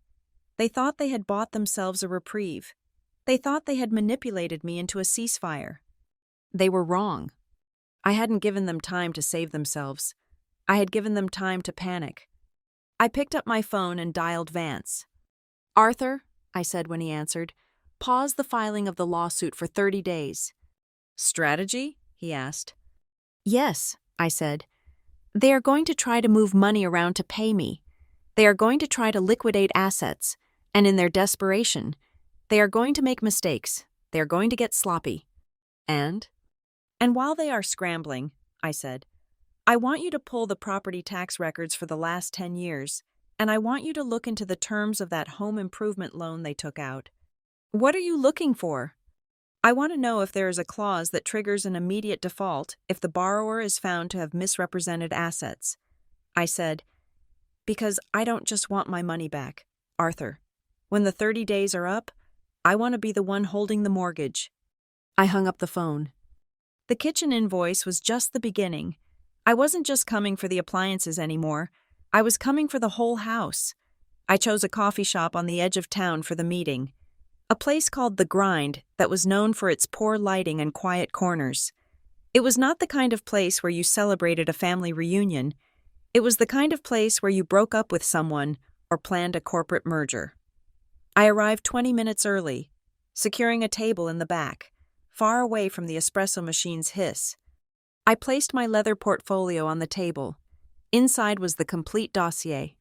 The photos, the bank records, the metadata analysis, the affidavit from the print shop, and the emails with the contractor, but I did not open it. Instead, I pulled out a single sheet of paper. It was a summary, just 2 lines of text in bold, 24-point font. Total amount due, $113,670. Deadline, April 15th. I sat and watched the door. I was not nervous. I had spent the last 48 hours rehearsing this conversation in the mirror, stripping my voice of any tremor, any hint of the daughter who used to beg for approval. I was playing a character now, a version of myself that existed only to balance this ledger. They arrived together. My father looked gray, his face drawn and tight, wearing a polo shirt that seemed a size too big for him now. My mother wore oversized sunglasses indoors, clutching her purse like a shield. Tate trailed behind them, looking annoyed, texting on his phone as he walked. They pulled out chairs and sat down. The silence stretched, thick and uncomfortable. "We are here," my father said, his voice rough. "You said you wanted to talk terms." "I said I was willing to listen to your proposal," I corrected him. "But first, we need to agree on the figure." I slid the single sheet of paper across the scratched wooden table. My father looked at the number. He flinched, as if the paper were hot to the touch. My mother peeked over his shoulder and let out a small, strangled gasp. 113,000? She whispered. "Sloan, this is impossible. The withdrawal was only 86,000. "Interest," I said calmly. "Legal fees, penalties, and the cost of my time. You know how compound interest works. Mom, you lectured me about it enough when I was taking out student loans." "We cannot pay this," my father said, slamming his hand down on the table, though softer than he had at the restaurant. "We do not have that kind of liquidity." "You have a boat," I said. "You have a timeshare in Florida. You have 2 cars, and you have a brand new kitchen that added, according to you, significant value to the home. You have assets. You just prefer to keep them rather than pay your debts." "Debts," my father spat the word out. "We are your parents. This isn't a business transaction." "It became a business transaction the moment you forged my signature on a federal document," I said. My mother reached across the table. Her hand was shaking. She tried to grab my fingers, but I pulled my hand back.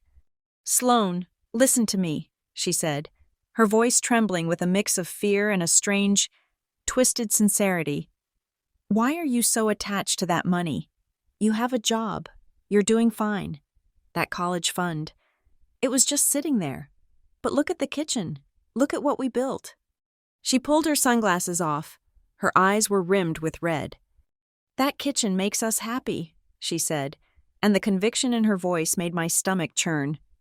"Every morning when I walk in there, I feel proud. It brings the family together. It is a legacy. You do not need a piece of paper from a university to be successful. Sloan, you are smart. You would have made it anyway. But the house needed this." I stared at her. The room seemed to tilt slightly. "You traded my education for a countertop," I said slowly. "And your justification is that I didn't really need the degree? That my struggle was optional, but your renovation was mandatory?" "I am saying that happiness matters," she insisted. "We sacrificed everything for you kids. Do we not deserve a nice place to live? Do we not deserve to feel blessed?" Tate, who had been silent, finally looked up from his phone. He let out a short, derisive laugh. "She is bluffing," Tate said. He looked at me with a smirk that I wanted to slap off his face. "Look at her. She is shaking. She is not going to sue us. She is not going to call the cops." "Tate, shut up," my father muttered. "No. Dad, seriously," Tate continued, leaning back in his chair. "Sloan is soft. She always has been. She is terrified of people not liking her. She is terrified of being the bad guy. She is doing all this paperwork to scare us. But she won't pull the trigger. She is afraid of being hated." The air in the coffee shop seemed to freeze. I looked at my brother. I looked at the golden child who had driven my tuition money off the lot in a used sports car. He thought he knew me. He thought I was still the sister who covered for him when he broke a window. The sister who apologized when he stepped on my foot. He was right about one thing. I used to be afraid of being hated. But fear is a fuel, and I had burned through mine a long time ago. "You think this is about emotion," I said, my voice dropping to a register that was barely a whisper. "You think this is a family squabble." I reached into my portfolio. I bypassed the spreadsheet. I pulled out a high-resolution photograph. It was the image Marcus had enhanced for me. It showed the signature block on the distribution form. Beside it, I placed the affidavit from the forensic handwriting analyst I had hired 2 days ago. "This," I said, pointing to the loop on the S, "is a forgery, and this," I pointed to the metadata report I placed next to it, "proves that this document was created at the UPS store on Abercorn Street on February 3rd. That is a federal crime. Tate, it is called wire fraud and identity theft." I looked up at my father. His face had gone from gray to a sickly white. "This is not a family matter anymore," I said. "This is a felony, and I have the chain of evidence to prove it in any court in the state." My father stared at the papers. The reality of it was finally hitting him. He wasn't looking at a daughter throwing a tantrum. He was looking at a prosecutor making a closing argument. Then, his fear turned into something ugly. He leaned forward, baring his teeth. "You listen to me," he hissed. "You go through with this, and I will destroy you. I know where you work. I know your boss. I play golf with men who know the partners at Hawthorne Ridge. I will call them. I will tell them you are unstable. I will tell them you are harassing your elderly parents. I will paint you as a lunatic who is trying to extort her own family. You will lose your job. Sloan, you will be unhireable in this town." My mother nodded, latching on to the threat. "We will tell everyone. We will tell the church. We will tell the neighbors." I sat back in my chair. I didn't flinch. I didn't blink. A slow, cold smile spread across my face. "I was hoping you would say that," I said. I pulled one last document from my portfolio. It was a printed copy of an email, time-stamped 3 days ago. "Hawthorne Ridge Compliance," I said, "takes financial integrity very seriously. In fact, we have a very robust whistleblower policy. Section 4, Paragraph 2, states that any employee who reports potential financial misconduct involving themselves or their immediate family is protected from retaliation. I slid the email across the table. I filed an internal disclosure report on Tuesday, I said. I informed my managing partner that I had discovered significant financial irregularities in my personal trust accounts involving immediate family members. I preemptively alerted them that you might try to contact them to apply pressure. They have already flagged your names in our security system. My father's mouth opened, but no sound came out. If you call my boss, I continued, you are not reporting an unstable employee. You are engaging in witness intimidation against a protected whistleblower. My company's legal counsel advised me to document any threats you made. So, thank you. Dad, you just added another count to the indictment. Tate looked at the papers, then at me, and for the first time, I saw genuine fear in his eyes. He realized the game had changed. He realized I wasn't playing by the rules of the house anymore. I was playing by the rules of the street. My mother put her head in her hands and began to weep. It was a quiet, defeated sound. "How could you?" she sobbed. "We are your blood." "You drained my blood to paint your walls," I said. I stood up. I gathered my papers, sliding them back into the leather portfolio with a sharp zip. The sound was like a guillotine blade dropping. "I am done negotiating," I said. I looked down at the three of them, the father who threatened me, the mother who devalued me, and the brother who mocked me. They looked small. They looked pathetic. "You have 10 days, I said. "That is the deadline, April 15th. I leaned in close, so only they could hear me over the hum of the coffee grinder. "If the full amount is not in my account by 5 o'clock on that day, I will not sue you. I will simply take this folder." I tapped the leather case. "And I will mail it to the fraud department of the bank that holds your mortgage.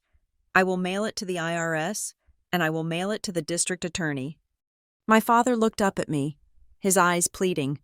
The fight finally gone. "Sloan," he whispered, "that would ruin us." I straightened my jacket. I looked him dead in the eye. "Then I guess you better start selling things," I said. I turned and walked out of the coffee shop. I did not look back. I stepped out into the bright afternoon sun, feeling lighter than I had in years. The trap was sprung. The cage door was closed.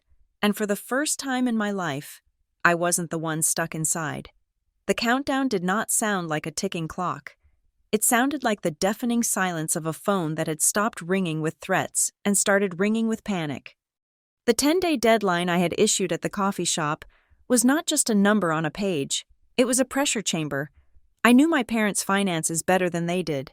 I knew that liquidating assets takes time, and time was the one currency they had squandered just as recklessly as my tuition. By day 4, the desperation began to bleed through the cracks. I received an update from Arthur Vance, my attorney, on Wednesday morning. He had a contact at a local credit bureau who had flagged a sudden flurry of activity on my parents' file. "They are trying to leverage the house again," Vance told me over the phone. "They applied for a hard money loan, high interest, predatory terms, the kind of loan you take when you are drowning." "Did they get it?" I asked, watching the rain streak against my office window. "No," Vance said, and I could hear the grim satisfaction in his voice. "Because we filed the notice of dispute regarding the original home improvement loan. Their credit is frozen. Sloan, no reputable lender, and even a few disreputable ones, will touch a property with a potential fraud litigation pending against the title holders. They are radioactive." They were trapped. They had built a kitchen to show off their wealth, and now that same kitchen was the anchor dragging them to the bottom of the ocean. By day 6, the pressure cracked the facade of the happy family my brother had tried so hard to maintain on Instagram. Tate showed up at my apartment complex. He didn't come up to my door. He knew I wouldn't open it. Instead, he stood in the parking lot and screamed at my balcony. When I went out, he was pacing by his beloved black sports sedan, the one bought with my textbooks. He looked haggard. The gym bro shine was gone. "Are you happy?" he shouted, throwing his arms up. "I hope you are happy. Sloan, I have to sell it. I have to sell the car to save the house." You mean you have to return the stolen property? I called down calmly. It is my car, he yelled, his voice cracking. I worked for this, and now I have to dump it at CarMax for a loss because you are obsessed with ruining Mom and Dad. You are tearing this family apart over a check. He kicked the tire of the car. It was a petulant, childish gesture. I didn't tear the family apart, Tate, I said. I just turned on the lights. If the foundation was rotten, that is not the fault of the light switch. Mom hasn't stopped crying in 3 days, he screamed back.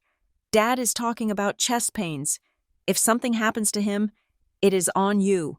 You are a monster. Sloan, a greedy, cold-hearted monster. He got in the car and peeled out of the lot, tires screeching. It was a dramatic exit, but it didn't move me. I went back inside and made a note in my file. Asset liquidation confirmed. Vehicle. That evening, I was reviewing the raw data from the investment bank one last time, looking for any loophole they might try to exploit. I was scrolling through the transaction logs when I noticed something I had missed in the initial fury of discovery. The account balance was 0.00. That was what the summary said. But in the detailed history, there was a rejected transaction dated 3 weeks after the kitchen was finished. The withdrawal request was for $342.18. It was a tiny amount. It was the scraps. It was the dust at the bottom of the jar. I clicked on the rejection reason code. Signature mismatch. Form invalid. My heart went cold. They hadn't just taken the $86,000 after the renovation was done, after the cabinets were installed.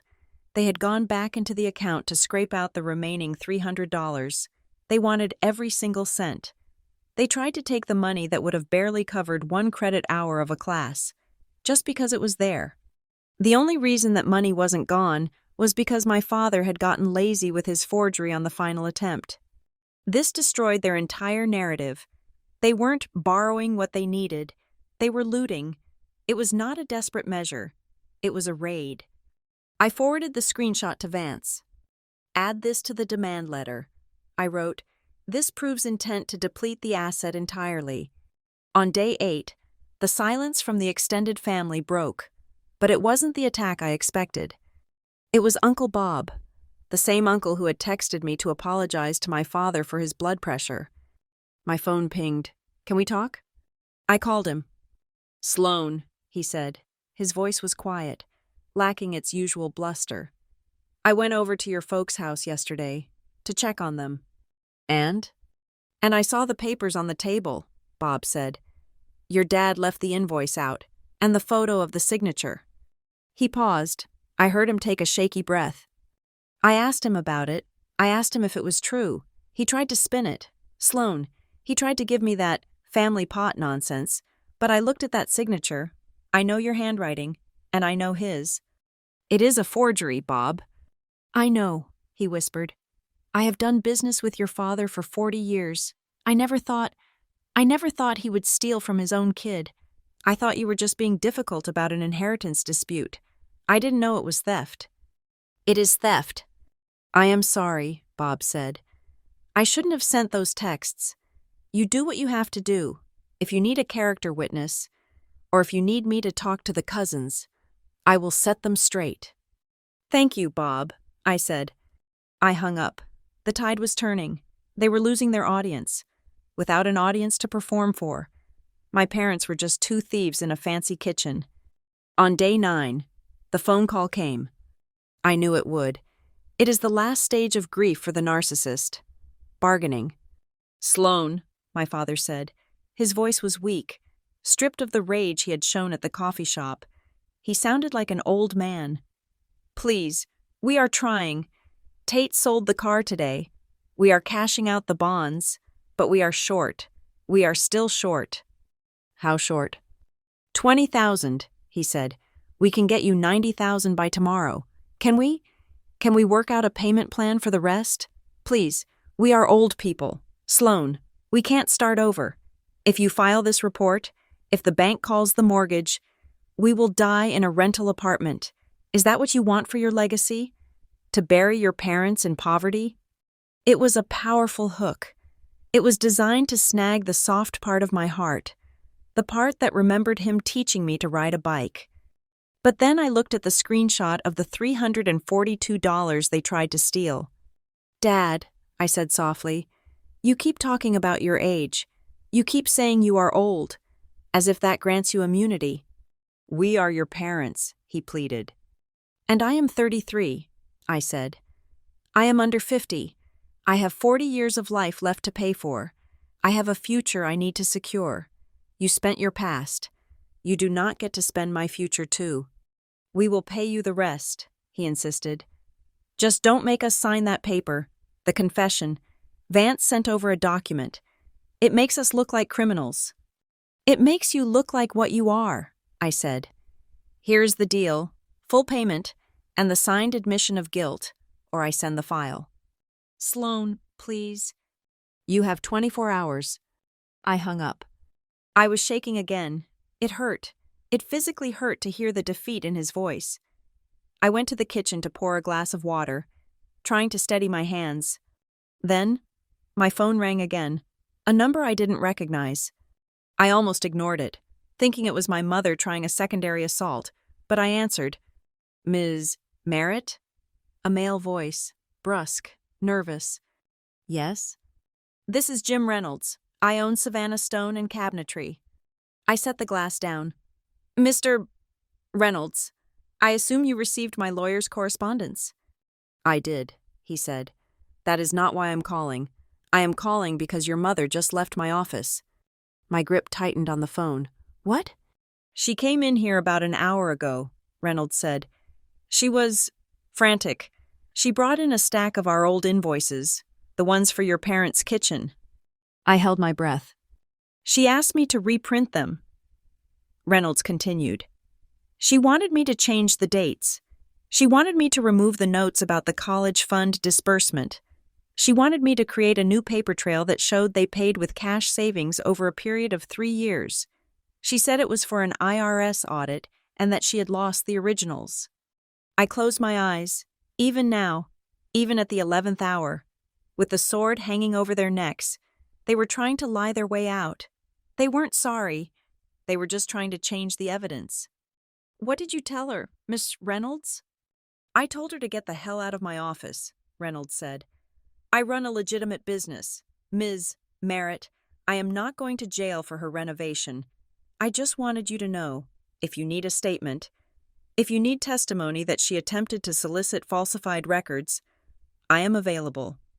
"Thank you, Mr. Reynolds," I said, my voice cold as the marble they had bought.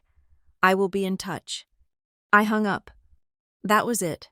The last lingering doubt, the final thread of hesitation, snapped. They were not old people making a mistake. They were active conspirators. They were willing to drag a local business owner into their fraud just to save their own skins. I walked into my bedroom. I opened my desk drawer. I took out a fresh envelope. I took out a single sheet of paper. I typed one line. Final notice. I did not add a date. I did not add a threat. The time for threats was over. This was simply a courtesy, a notification that the clock had run out. I drove to their house. It was 11 at night. The neighborhood was dark. The house, my inheritance, my stolen future, my burden, was lit up. They were still awake. I could see shadows moving in the kitchen. I walked up the driveway. I did not ring the doorbell. I did not knock. I slid the envelope through the mail slot in the front door. I heard it hit the floor on the other side. A soft thwack. I stood there for a moment, listening. I heard footsteps approaching the door. I turned and walked away. I walked back to my car, got in, and drove into the night. The deadline was tomorrow at 5. But as far as I was concerned, the judgment had already been rendered. They had 10 hours to decide if they wanted to be broke or if they wanted to be inmates. The choice was theirs. The invoice was due. 5 o'clock on April 15th arrived with the punctuality of a closing gavel. My phone did not ring with a notification of a deposit. My banking app showed the same balance it had shown that morning. My parents had gambled that I was still their daughter, that the blood in my veins would curdle at the thought of destroying them. they gambled that I would blink. I did not blink. At 5:01 in the afternoon, I clicked send on 3 separate emails I had drafted days prior. The first went to the state's 529 Plan Compliance Officer, the second went to the Fraud Division of their mortgage lender, the third went to Arthur Vance, instructing him to formally file the civil complaint. It was done. The mechanism was engaged. By the next morning, the fallout was no longer theoretical. Vance called me at 10 in the morning. "The lender has reacted," Vance said, his voice clipped and professional. "We sent them the proof that your parents used the education fund as collateral for their home improvement loan while simultaneously draining it. The bank considers this a material breach of contract. They are initiating a review of the loan. Your parents are looking at an immediate recall of the funds or a foreclosure if they cannot refinance, which they can't, because their credit is now frozen due to our dispute." "Good," I said. "What about the regulators?" "That is where it gets interesting," Vance said. "The plan administrator reviewed the affidavit regarding the forged signature. They are legally required to freeze all associated accounts and open an investigation. But, Sloan, there is something else." "What else?" "When the administrator flagged the account for fraud, it triggered a secondary clause in the original trust document established by your grandparents, a clause that had been dormant for 15 years. I frowned, holding the phone tighter. "I don't understand. What clause?" "Your grandfather was a cynical man." "Sloan," Vance said, and I could hear the smile in his voice. "He set up a contingency fund, a bad actor provision. It seems he didn't trust your father to manage the money without oversight. He deposited a secondary sum into a separate, blind trust that was designed to activate only under one specific condition. If the primary beneficiary, that is you, could prove legally that the primary fund was misappropriated by the custodians." I sat down on the edge of my desk. The room seemed to spin. "A backup fund?" "A failsafe," Vance corrected. "It was invested aggressively for 30 years. It was meant to replace the original fund if your parents stole it, but it required you to report them. If you had stayed silent, if you had let them get away with it, you never would have seen a dime. By filing the fraud report, you unlocked the safe." "How much is it?" I asked, my voice barely a whisper. "Enough to wipe out the interest on your student loans," Vance said, "and enough to pay down 70% of the principal. It is going to be wired directly to your loan servicer once the fraud investigation concludes." I closed my eyes. Tears pricked at the corners, hot and sharp. My grandfather hadn't just left me money. He had left me a test. He knew my parents would try to take what wasn't theirs, and he knew I would need the courage to stand up to them to get what I deserved. He had bet on my spine, not my obedience. I didn't have time to celebrate. My phone lit up. It was my mother. "Come to the house, please. We are ready to sign." I drove to the house for the last time. The sun was setting, casting long shadows across the manicured lawn. The "for sale" sign wasn't up yet, but I knew it was coming. The bank's review would force their hand. They would have to downsize to pay me and the bank back. I walked in. The house was quiet. The air smelled of lemon polish and fear. They were in the kitchen. Where else would they be? My father sat at the island, his head in his hands. My mother was standing by the sink, looking out at the backyard, her shoulders hunched. Tate was leaning against the refrigerator, looking like a deflated balloon. I placed the document Vance had drawn up on the white marble. It was a formal settlement agreement and admission of liability. "This outlines the repayment schedule," I said, my voice echoing off the hard surfaces. $25,000 now, the rest over the next 24 months, deducted automatically from your pension disbursements. And it includes a clause that you admit to the misappropriation of funds. "Why do you need the admission?" my father asked, not looking up. "You are getting the money. Why do you need to humiliate us on paper?" "Because Tate has kids one day," I said, looking at my brother. "And I want a legal record that prevents you from ever being the custodian of anyone else's future." My mother turned around. Her face was ravaged by sleeplessness. "We are ruining our lives to pay you," she said. "We have to sell the boat. We have to sell the timeshare. We might have to sell this house. Are you happy now? Is this the victory you wanted? I didn't want a victory, I said. I wanted a degree that didn't come with a lifetime of debt. I wanted parents who didn't steal from me. You made the choices that led here. I am just balancing the books. Tate stepped forward. He held up his hands in a placating gesture. Come on. Sloan, he said. Can't we just drop the legal language? Dad agreed to pay. Why do we have to be enemies? You made your point. Let's just hug it out and be a family again. Peace? I looked at him. I looked at the brother who had told me I should have studied harder while driving a car bought with my tuition. Peace, I repeated. You call it peace because you aren't the one who was at war. Tate, you didn't lose anything. You got a car. You got a free ride. It is easy to be the peacemaker when you are profiting from the conflict. Tate opened his mouth to argue, then closed it. He looked away. I turned back to my father. I tapped the paper on the granite. Sign it, I said, or I let the bank finish what they started this morning. My father picked up the pen. His hand shook. He looked at the kitchen around him, the custom cabinets, the designer lighting, the beautiful, expensive trap he had built for himself. It was a nice kitchen, he muttered, almost to himself. It is a beautiful kitchen, I agreed. I ran my hand along the cold edge of the counter, but it is paved with my future, and that was too high a price to pay. He signed. He pushed the paper toward me. He didn't look me in the eye. My mother signed next. She was crying silently, the tears dripping onto the marble, leaving small, wet spots on the stone she loved more than her daughter. I picked up the papers. I checked the signatures. They were valid. They were real. I will notify Vance to suspend the filing of the lawsuit, I said. As long as the payments arrive on the 1st of the month, the file stays closed. If you miss one payment, I reopen it. You don't have to worry, my father whispered. We have nothing left to fight with. I know, I said. I turned and walked out of the kitchen. I walked through the foyer, past the family photos that were nothing more than propaganda for a happiness that didn't exist. I opened the front door and stepped out into the night. The air was cool and crisp. I walked to my car, my heels clicking on the driveway. I didn't feel sad. I didn't feel angry. I felt light.